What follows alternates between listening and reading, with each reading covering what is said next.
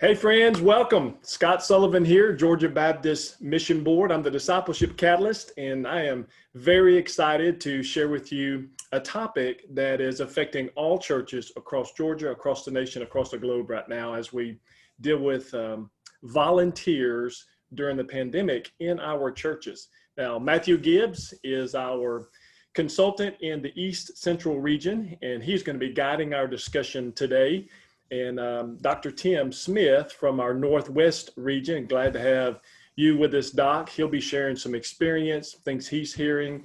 And then we've also got Dr. Hans Wunsch. He is an association missionary strategist down in the Mallory Association, which is our Southwest region, doing a great job. But he's been struggling with this and researching some of these ideas to really better help the churches in his region. So we're looking forward just to the collective wisdom. Now, before we get into that, gentlemen, I just want to make sure that those of you who are jumping on to the broadcast now, make sure that you let us know who you are, where you're from, because we are going, as we do every week, going to give away some free swag, just a box of resources that we want you to have. So to be entered into that, you need to let us know where you're from. So if you'll drop that in the chat bar below here, we'd love to know who you are, where you're from, so you can be entered into that. Also, just to make sure that you know that this is brought to you because of the cooperative program. So when your church gives to CP, that money is part of that's what we use. That's why we're able to get on here and to be able to give you every single week a seminary education without you having to necessarily pay for that. But we are collecting best practices, dropping it into your lap because we exist to serve you guys, you ladies in the local church, you leaders. All right. So Matthew, we are excited today, buddy. Your blog post, which we're going to be putting in the chat here, was an excellent blog, just helping us to understand some things that we need to be thinking through during this critical time of life in the local church. So got our discussion today, Matthew. Thank you, Scott and Tim and Hans. Thank y'all for being with us today.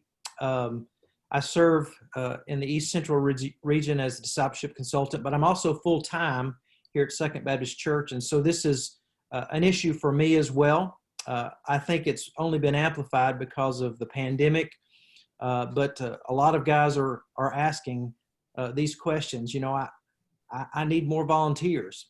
I don't know that any of us would say honestly that we ever think we have enough.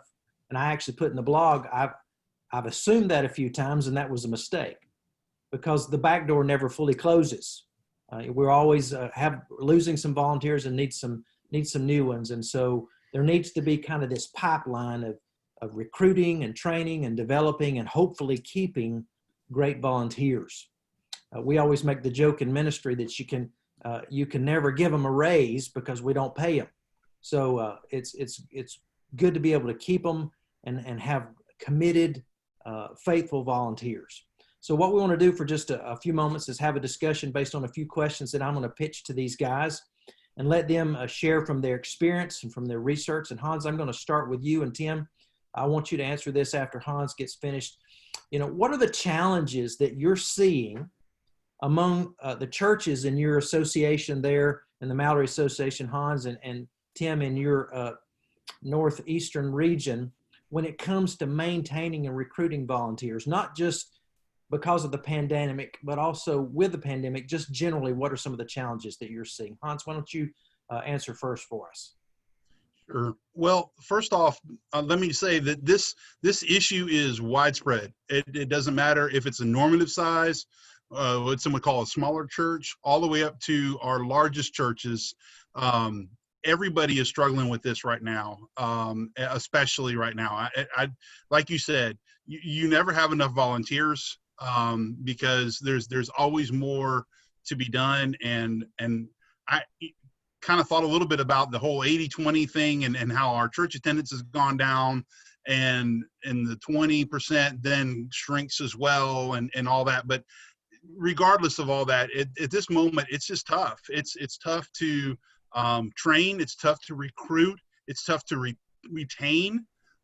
Just, personally, my wife is a volunteer at the church that they get to go to. My wife and son get to go to, and right now they can't because our son is going through chemotherapy and he's immunocompromised, and he's probably not going to go back to the church facility until May of next year when he's no longer immunocompromised. And so you've got some of that going on, but I think more of what you've got going on is people who they were participants, they were volunteers, they became spectators back in May or even March, and they kind of like that seat that they've been sitting in for the last few months, and they feel like, well, church is going on pretty good without me. I mean, we're still getting videos every week, and there's still got people up on the stage, platform, who are singing and playing instruments and all that stuff. So maybe it's not that big a deal.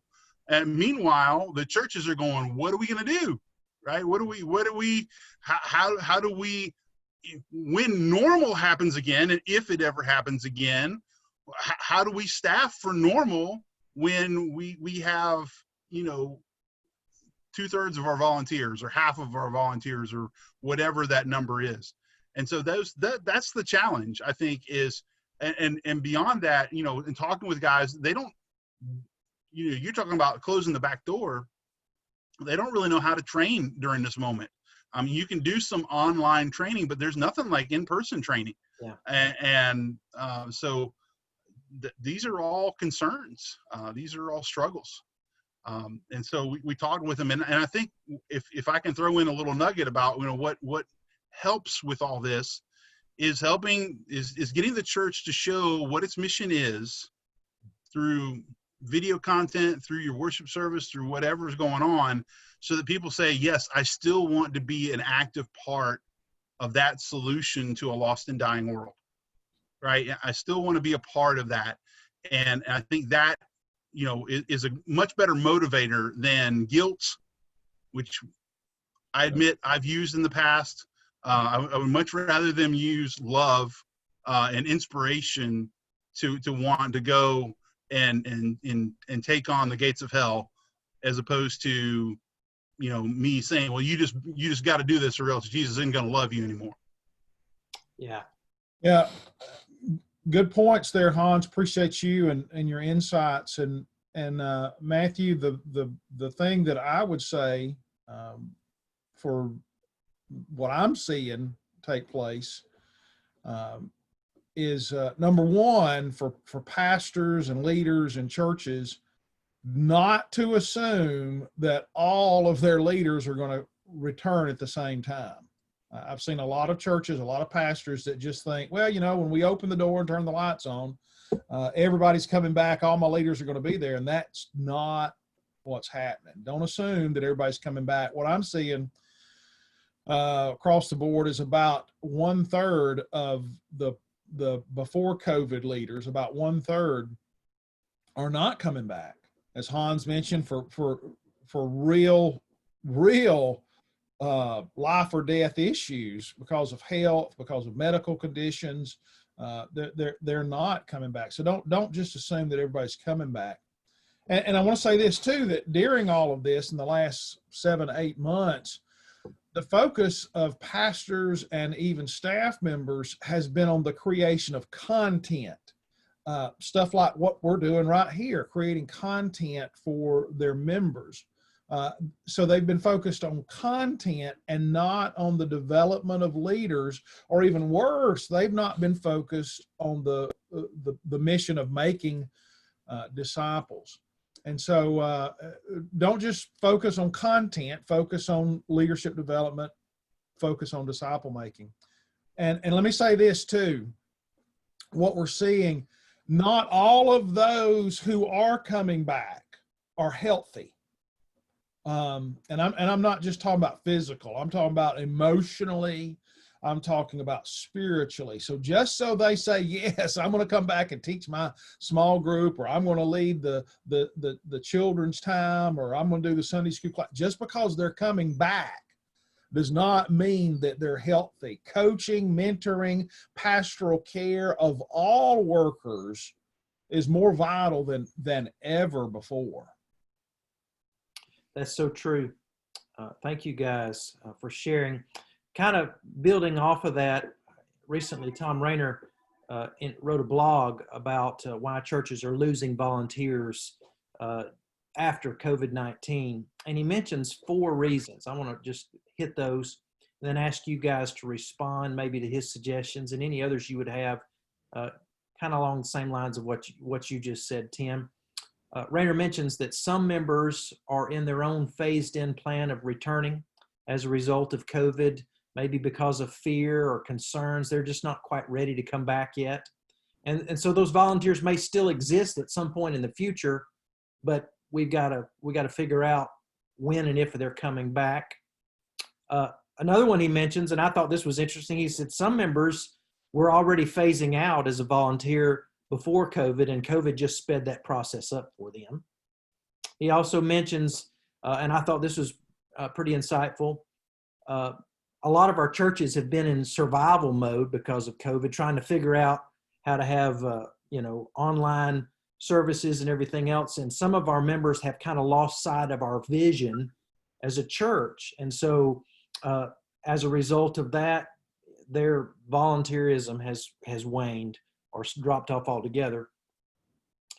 And he says, one of the other things he says is, a lot of people volunteer as a result of their connection with their small group or their ministry team, but because of the pandemic and being quarantined and not being at church, churches have shut down. They've kind of lost that connection that spurred them on to volunteer because they're not with that group of people they served with anymore. So kind of give us some response to those and maybe any additions to this list that you have. Tim, let's start with you. The first thing that I would say to the blog from Rayner is he uses the word members quite often in there when he's talking about volunteers. And I believe that if you see your leaders just like you see all your other members, you're going to lose them. You have to treat your leaders like your prized possession. Man, you got to know them. You got to be, they got to be your closest people, the people that you're investing in. You can't just treat them the same way. You've got to have them and invest in them. So don't treat your leaders just like another member. Man, they're your associate pastors. You've got to invest in them. And so don't just see them as members. And Rayner also talks a lot about mission. Maybe the reason that we're struggling right now is because we had the wrong mission. We had the wrong purpose. And what COVID has done is just amplified the fact that we were going in the wrong direction. And we were, what's happened with COVID is it's just hit the fast forward button. And what we would have been struggling with in 10 years, we're struggling with today. So get focused on the mission. The mission has not changed, people. The mission, the Great Commission is there to make disciples. That hadn't changed. COVID hadn't changed that. All the political stuff we're going through has not changed that. We are to make disciples. That is still the mission. Now, the another point that he makes in here is methods. We've got to be like the church at Antioch and be willing to try new things and new methods, to accomplish the mission. Don't get stuck on the methods. Get focused on the mission. And so those are the things that I would say in response to Rayner's blog about volunteers. Hans, anything you want to share and add to that? Well, I think Tim is definitely spot on with all this. And, I look back in, for instance, Acts 8, when the church is scattered out of Jerusalem. And to me, that's a great way of looking at things, right? This wasn't the first new normal for them. The first new normal was they could go to prison, they could be beaten. Peter and John, shows us that. And then the second new normal for them was they could lose their job, right? But the third new normal was they could die. Stephen was like, you can die. for you. And so a lot of people just, went out of Jerusalem. And one of the things that I'm trying to help people see is that when you read Acts 8, you notice that the apostles stay in Jerusalem. It's the lay people that go out into Samaria and Judea and start new churches. It's the person that got saved 3 weeks ago that's starting new churches, because they have this craving to be with other believers. And I think that is something that's definitely lost. Tim makes another great point in that the fact of the matter is there are some things that our church has been focused on that just, we need to evaluate those. When we get back to normal, maybe that doesn't get included in normal anymore, because it wasn't worthwhile to start with. And so, and ruthlessly evaluating stuff is tough. It brings pain. Some people will have that as an idol in their life. And so that's a struggle. But at the same time, who are you trying to please? Are you trying to please God? Or are you trying to please man? And so, again, staying with the idea of volunteers, what do we do? And I just have to continue to go back to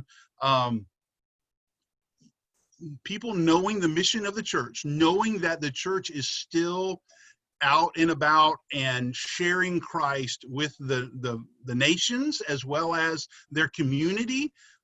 Is a huge help to say, to inspire the individual believer to say, I want to be a part of that. And so how do you do that? Well, one of the ways is you employ new people, not just old jobs, not just old volunteers, but new jobs. A videographer. Everybody's got an amazing camera in their pocket on their cell phone. I mean, if they've got an iPhone 6 or above, and if they've got an iPhone 6, it probably is blown up by now. But if they've got some sort of halfway decent camera, they can be a videographer for the church, and you can take those videos and compile them together and have little blurbs within your worship service that everybody can see. It's like, hey, we're giving out masks, or we're giving out food, or we're sharing gospel at work, or whatever. And so the people can see that the mission of the church is continuing. And again, Tim makes another great point. We are in the mode of producing content for, Bible studies and also worship services and that sort of stuff. But we've got to be either producing or finding content for training our leaders, because that's just not happening right now. And so this is a prime opportunity to be looking at and seeing, okay, what are some ministries out there that can help us find content that will help us train, especially these new volunteers that we've never had. We've never had these kinds of folks that need to be a part of our new normal, for lack of a better term. That's so good. That's so good. Hey, I'm going to ask you another question. Before I do, I want to kind of highlight something that both of you kind of hit on. You mentioned that although things have changed, the ministry is still going on. Things are still happening, and our people need to know that. We actually have talked about that here at Second, where I serve, and we came up with something, and you guys can steal it and use it any way you want to. We decided that we wanted our folks to know that Second, what Second Baptist is, more than Sundays, and then we put together a little video montage that we play at the beginning of the service. Hey, this is what's happening. Here's what's going on. The ministry goes on. Maybe it's a little different, but it's so much more than our Sunday morning gathering. And we want you to know, so that you know what's going on and so that you can get engaged and involved. I think it's important for our folks to know that. And with that, what are some of the best practices that you guys would share about recruiting and keeping or holding on to volunteers? Hans, why don't you get us going here, and then Tim, you jump in after Hans is finished. One of the things that I think is a good practice is to say to the person that you're talking to about volunteering, or has been a volunteer in the past but is not currently serving, what is it going to take for you to be engaged in this ministry? Do we need to, is wearing masks what it takes? Is it time? Is it a vaccine? What's it going to take, just to have an idea, and definitely make a list of, okay, John Smith says at this point he's not able to come back until there's a vaccine. But that doesn't mean you stop talking to John Smith until the vaccine shows up. you're still staying in contact with them. So I think that's one thing, is that, hey, I'm calling these people, or I'm contacting, making these personal contacts with people and saying, hey, this is what's, I just want to touch base with you, see how you're doing. Again, man, Tim, you're just a wellspring of some great ideas. People aren't coming back at the same place, right? I mean, for a lot of people, since they're not studying their Sunday school lesson, they're not growing spiritually, and so that's an issue, and we need to make sure that that person is spiritually healthy, or maybe they've got a parent that's gone through COVID, and man, that rocked their world. We need to make sure they're emotionally healthy. Maybe they had somebody in their family die from COVID, and again, so there's a number of things that it could happen at any point in time, but right now, as been said, it's been amplified. It's been magnified in such a way that it just points out. It's, what it's like? It's like hand sanitizer on a paper cut. That's what it's like. And whenever, and you didn't realize you had a paper cut until you use that hand sanitizer, and that alcohol hits that paper cut, and wham, you realize, okay, there's a problem. There's a cut there that I didn't realize was there. So those are good.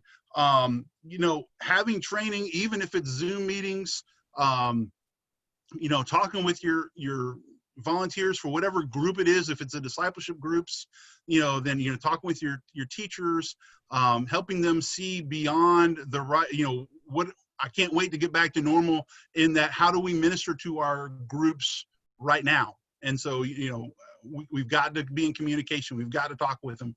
Deacons, this is a great opportunity. Pastors, they're doing a ton right now. I hate to put anything else upon them, but, there are some folks that need a contact during the midst of all this. And then beyond that, the church just needs to understand that everybody is a shut-in. At least not right this second. It's not that way anymore. But man, 3 months ago, everybody was a shut-in, and it's tough to keep up with your regular shut-ins, much less when your entire church is a shut-in. So these are saying that we're going to get back to normal. I think that's a misnomer. I think we definitely need to be evaluating in this off time what it is that needs to go away. Or modified in the future. Thanks, Hans. Appreciate you so much. And I'll just jump in there and say this about our associational mission strategists. We appreciate them so much and what they do. They've been our partners in ministry, will continue to be that vital partner in ministry as we all serve together. So thank you, Hans, and what you and all the associational mission strategists do. Let me jump in there and say this about ideas. The first thing that a pastor, a staff member, a volunteer director needs to realize is you cannot do it by yourself. You need a team. And so get you a team, a Sunday school planning team, a small group leadership team, whatever team, because you've got to get those folks that are around you, that team, to help you with enlistment. You're never going to grow your church. You're never going to grow the ministry past what you're able to do. So get more people around you, build you a team, and get them to help you in enlistment and discovering of leaders. You've got to think like a baseball scout. Got my Braves uniform on right here. I'm so proud of the Braves. But you got to think like a scout. You've got to constantly be thinking about who's out there that could be a potential leader. I used to, years ago, tell Sunday school directors, you need to join the choir. Not so they could sing, because they had the best view to be able to see who's out in the congregation. I think you need to be doing an ongoing leadership development course. Matthew, you were part of that years ago when you were a college kid. You got to have an ongoing, whether you teach it 2 or 3 times a year, but 5 to 8 weeks maybe. Mine was 6 of constantly pouring into potential leaders. I think another thing that churches need to do, leaders need to do, is everybody needs them an apprentice. Everybody needs somebody that they're training, somebody that they're investing in. So look at all of your leaders, whether they're the Sunday school director or the lady who gets the cookies and Kool-Aid ready for the babies. Everybody needs an apprentice. So empower them, release them to go and get somebody to come alongside to do ministry that they're training. Another thing is to organize your adult classes, organize your student classes, organize your older children, get the members of the class involved in ministry, give them a job to do. Hans mentioned about a videographer. Every Sunday school class needs to have somebody that has a phone that they can turn on, whether they're meeting on campus or meeting in somebody's house. Every group needs to have somebody that's the videographer or the Facebook missionary. Get your classes organized. Outreach leaders, fellowship leaders, prayer leaders. There's tons of ways to do that, but organize. Why? Because that person that serves as that outreach leader for that ladies Sunday school class may end up being the teacher for that fourth grade girls Sunday school class. So organize your groups. And Hans mentioned it about development of different methods. Do your training online, whether it be Zoom, but begin to have regular ongoing training for your group leaders online. And Matthew, can I jump in there and just share what I would consider the proper process? Yes, please. This is what I've done for years. The first thing that we need to do in enlisting leaders is pray. Man, we can lie to them. We can try to convince them. We can guilt them, but the Lord said for us to pray. And so the first thing that we need to be doing is praying for workers and then follow his leadership. Because listen, this is not about what I do. You know, I'm going to mess it up.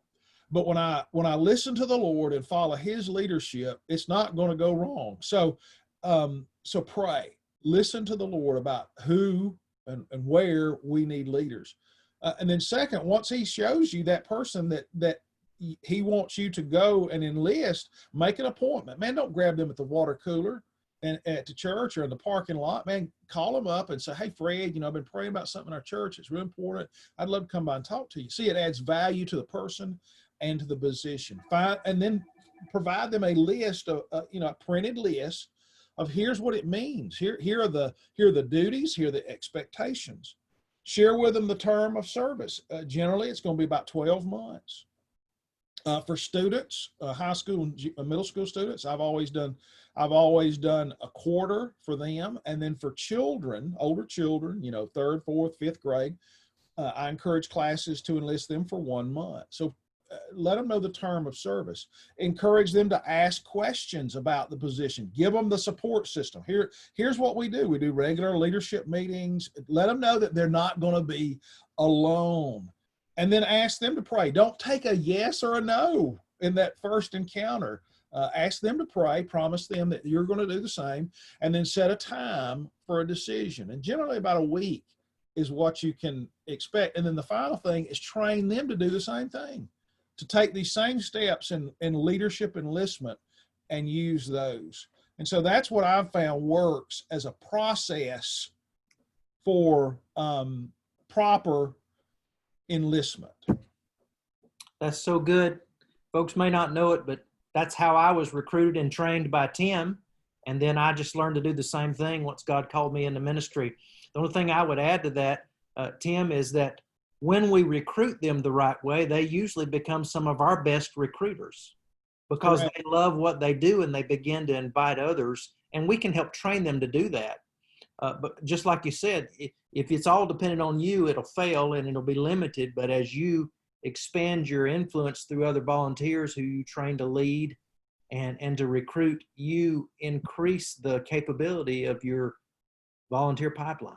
Yep. Scott, I want to grab you and pull you in here because I know you spent many years in local church and we've talked at length about that. And I've actually stole a couple of your ideas from when you were at Halton. Just share a little bit about some of your experience with recruiting, training, and even keeping volunteers. You bet, Matthew. So Couple of keys that I think are really important is to remember that this whole thing is relational. So during the pandemic, we've been so isolated and we've gone virtual. You cannot forget the intimate personal relationship development that has to happen between the leader and the person who is volunteering. Now, this relational aspect is important when you talk about leadership training. There's never been a more important time for you to have regular leader training where you're meeting with them. Now you're going to train, you're going to share with them best practices. And hey, here's what's expected, but you also need to listen to your people.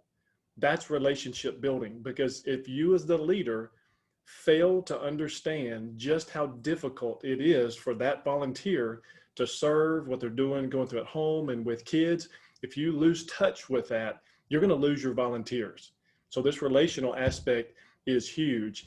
And what you do as the leader in sounding the trumpet, your call to come be a part of this leadership family. I want to make a difference between empowering ministers and just recruiting volunteers, because just recruiting people to fill a position can be impersonal. But when you are empowering ministers to use their spiritual giftedness and their passion to invest in the body of Christ, listen, that's when they begin to understand why they do what they do. And of course, any of you who've watched church culture over the last 4 to 5 years know that if your people don't understand why they're doing what they're doing, they're going to serve, but they're not going to serve with passion. Their heart's not going to be in it. So this is huge. I love the passage in 1 Corinthians 14:8 that says, if the trumpet is unclear, who will prepare for battle? Well, leader, you're the one sounding the trumpet. You got to be clear about what you need those volunteers, those volunteer ministers to do. Then you've got to empower them to do it. And then you've got to stay connected with them during this process. Because remember, they haven't done this before. So you're engaging, you're loving, but you're walking through this with them. And when they know that you love them, they're going to be more likely to stay engaged. And healthy, happy volunteers recruit healthy, happy volunteers. That's so good, Scott. I think that's something I've learned through the years in ministry. If I make sure that the people know that I value them as an individual, not just what they can do for me and my ministry or the ministry of the church, that makes all the difference in how they view what they do, because they know they're not just filling a spot because Matthew or somebody needs me to fill this spot. But they're loved and valued as an individual of the kingdom, and then they can get on board with that vision. And that's such an important part of the relational side of recruiting and developing those relationships. Hans, any final words from you? No, I really, I really don't have any extra things. I mean, it's such great information right now, and just, I just encourage pastors and those that are on staff. You're going to get called to do things during this moment that you didn't sign up for. And I know that there's staff people that are working volunteer jobs right now to keep things going in churches, and just know that you're prayed for. Your Georgia Baptist folks pray for you regularly. Your AMs pray for you regularly, and even praying for each other regularly. We have so much that we can share with one another in this moment, and I think it helps us to see that we're not in competition with other churches. We're in competition with the devil. He is our enemy. He is our opponent, and the church down the street or the church across town is not. And so just so grateful for the opportunity to help. Well, thank you, Hans, for what you do. And just like Tim said, all of our associational mission strategists and the time they invest in ministering to and pastoring our pastors and their churches and just being such a help. I appreciate so much what you do to partner with us in ministry. Brother Tim, any final words from you? Thank you. Yeah, Hans hit on it, and I agree, and that is pray. Man, hey, before COVID, the number one thing I heard from pastors and Sunday school directors and small group directors all over the state was, we don't have enough workers. We don't have enough leaders. I guarantee you that's the same song that we're hearing right now. We don't have enough leaders. So if it was that before, it's going to be more than that after COVID. And so pray. Matthew 9:38, pray to the Lord of the harvest to send out workers into the harvest. So we need to be praying and depending on him. So pray and get your people praying. Don't try to fix it yourself. Listen to the Lord. Spend time with him. Pray, listen to him, and follow his direction. That's my final word of encouragement. A great word to end on. Scott, I'm going to toss it back to you. Thank you guys so much for your time today. And don't forget to leave a comment. I'll make sure that we post the link to the Rainer blog for you, as well as some other resources in the chat, so that but if we can be of any help to you, any of our discipleship consultants, we want to partner with you, resource you well, do whatever we can to help you. Thank you, Matthew, and thank you for writing the blog. And I just want to highlight two things that you mentioned in there. One, dealt with alignment. So when we are creating programming, to make sure that when we know we're struggling to get enough of these empowered volunteer ministers, to make sure that we're not doubling up and creating so much programming and opportunities that our people who are volunteering are having to volunteer twice or three times as much. Really important. And I will share a note, and I want to be real careful here, Matthew, because this is risky, what I'm about to say. There was a church that I knew of that was struggling to get enough of those volunteers, and it was in this particular church was in children's ministry. So the adults are in there, the teenagers are going to class. Well, when children showed up, they didn't have any classes. That children's director, shut down children's ministry for that Sunday because they couldn't get enough volunteers to create a healthy environment for their kids. So they just said, you can't do it. They sent the kids to the life group with those adults.